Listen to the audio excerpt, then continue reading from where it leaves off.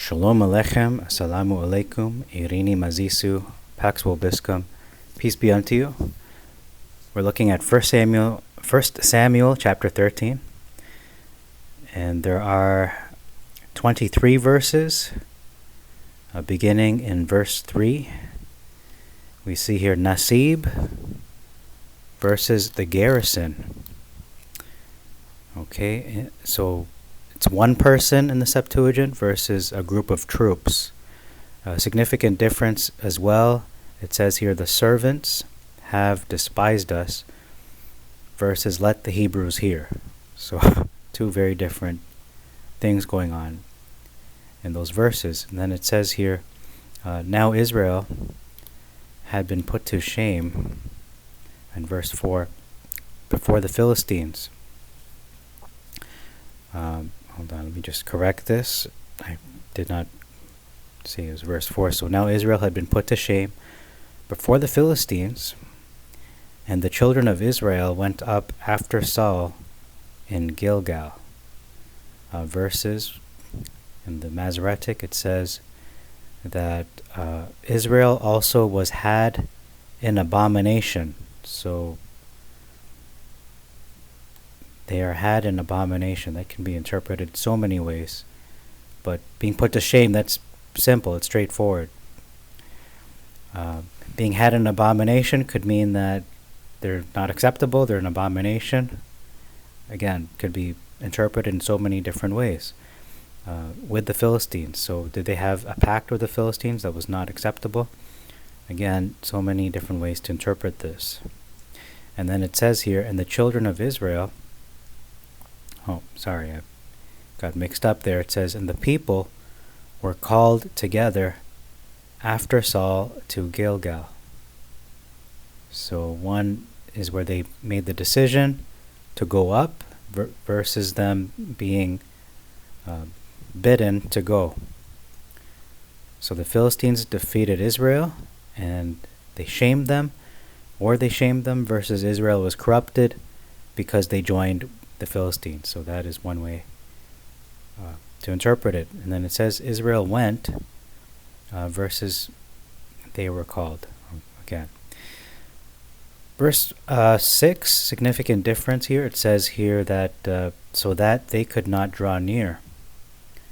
So they were in a strait, they were in a tight situation, they were physically in a narrow area, so that they could not draw near. Versus for the people were distressed. So one is strategy, they can't, the actual battlefield is that they could not move forward. That was the tactical situation, versus them being emotionally distressed. Describes sheepfolds.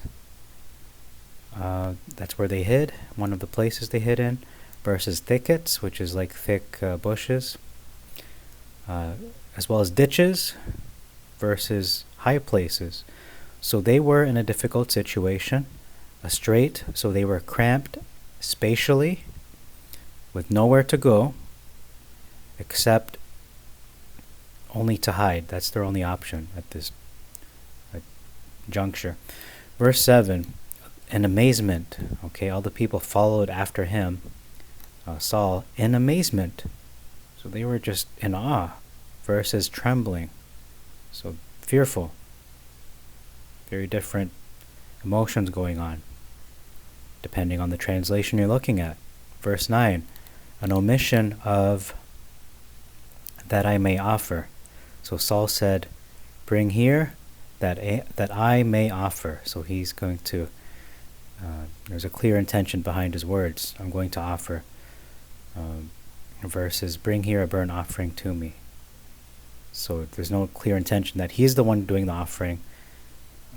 Perhaps he's going to ask someone else to offer it, but we can see in the Septuagint, he is the one offering. Takes it upon himself to offer. Verse 10, bless, to bless him. So he's blessing Samuel versus to salute him, to salute him. Okay, I think it's pretty straightforward what that means. self-reflection on this verse 10, is timing everything. Because Samuel had given him very specific instructions, wait for me until this time. But turns out he was late. He was late in coming.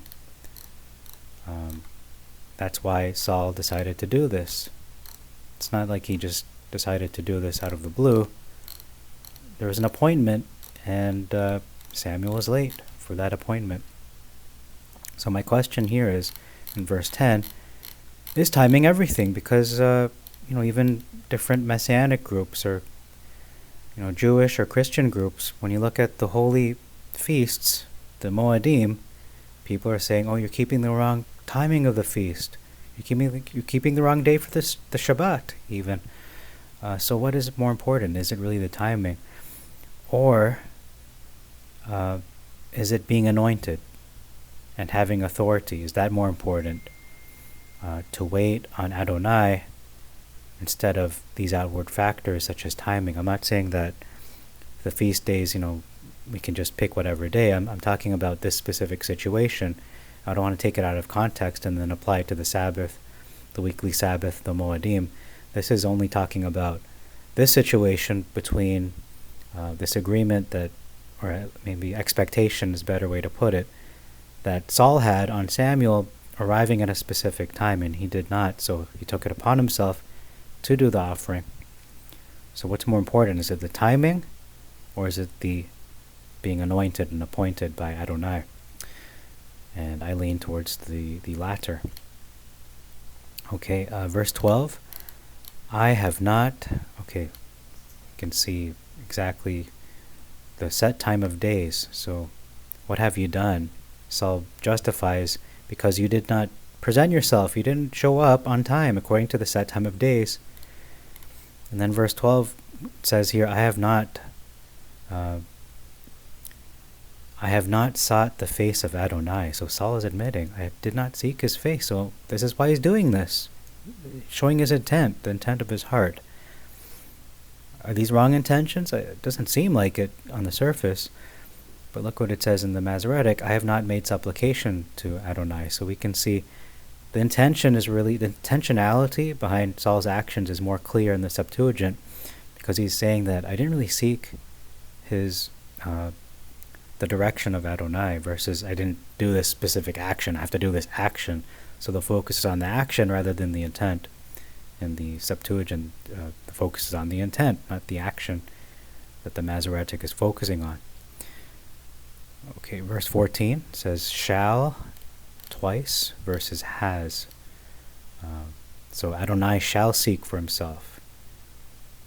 Adonai shall appoint to him. So it hasn't been done yet, but it's future tense, whereas the Masoretic, it's as good as done. It says here that he has done this already, so your time is up, pretty much. There's an omission as well of all, because you have not kept all. It's not that he hasn't kept what Adonai commanded him. He did keep some things, but he didn't keep all, and that's the mistake, because you can't be slack.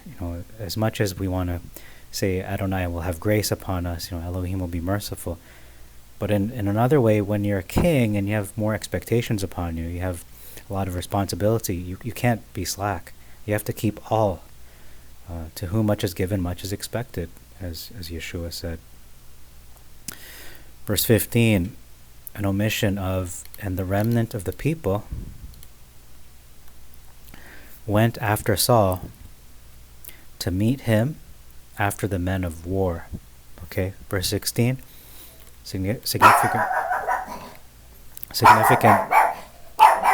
for the noise there. Verse 16, significant difference. We have an omission.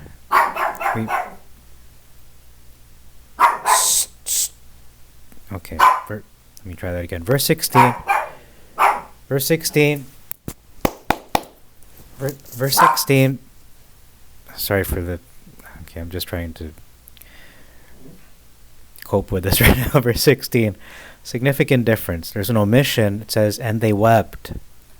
And they wept. So Saul and Jonathan, or Yonatan, they mourned the loss of his position, of Saul's position as king, and his subsequent rejection by Elohim, by Adonai, rejecting him.